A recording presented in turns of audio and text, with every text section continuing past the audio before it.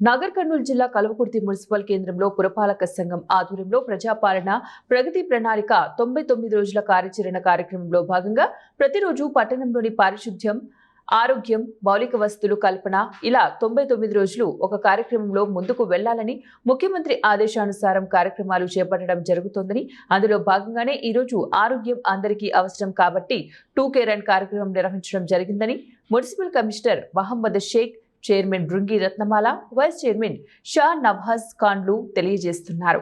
చేపట్టిన 2K run కు మంచి స్పందన వచ్చిందని విద్యార్థులు, డైలీ వాకర్స్, పుర ప్రముఖులు, యువకులు, మున్సిపల్ కౌన్సిలర్లు, మీడియా ప్రతినిధులు పెద్ద ఎత్తున పాల్గొన్నారని తెలిపారు. కార్యక్రమాన్ని చేపట్టుటకు దీని కార్యాచరణ రూపొందించడం జరిగింది.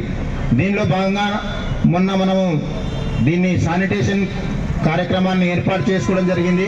పట్టణంలో టోటల్గా పారిశుద్ధ్యం కోసం స్పెషల్ డ్రైవ్ కార్యక్రమం ఏర్పాటు చేసుకోవడం, అట్టి కార్యక్రమాన్ని మనం నడిపిస్తున్నాం. అదేవిధంగా ఈరోజు మన ముఖ్యమంత్రి గారు ఈ ప్రణాళికలో భాగంగా ఈరోజు 2K రన్ కార్యక్రమాన్ని మన కల్వకుర్తి మున్సిపాలిటీలో ఏర్పాటు చేసుకోవడం జరిగింది.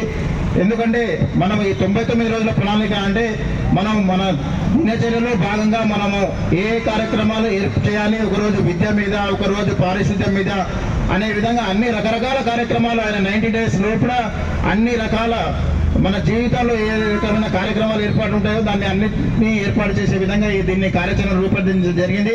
దానిలో భాగంగానే మనం అందరం చూస్తున్నాం, ఈరోజు ప్రతి ఒక్కరు డయాబెటిక్, రకరకాల హైపర్ టెన్షన్, ఎన్నో రకాల దీర్ఘకాలిక రోగాలకు బారిన పడుతున్నాం. కాబట్టి దీనిలో మనం ప్రతిరోజు శరీర దృఢత్వం అవసరం. ఈరోజు మనము కల్వకుర్తిలో ఎంతో మంది మార్నింగ్ 4:30 నుంచి 5 o'clock వెళ్తే చూస్తే సుమారు 100 మంది ఈరోజు వ్యాయామం కోసం ప్రజాపాలన ప్రగతి ప్రణాళికలో కార్యక్రమంలో భాగంగా మేము ఇక్కడ మొదటి రోజు రోడ్లు శుభ్రం చేయడం, డ్రైనేజ్ క్లీన్ చేయడం జరిగింది. తర్వాత నిన్న వ్యాక్సిన్ గురించి చేయడం జరిగింది. ఈరోజు 2K రన్ నిర్వహిస్తున్నాము. దీని ముఖ్య ఉద్దేశము అందరూ ఆరోగ్యంగా ఉండాలనేదే ముఖ్య ఉద్దేశం. మనం ఎన్ని సాధించినా ఆరోగ్యంగా లేకపోతే దాని ఫలితం శూన్యంగా ఉంటుంది.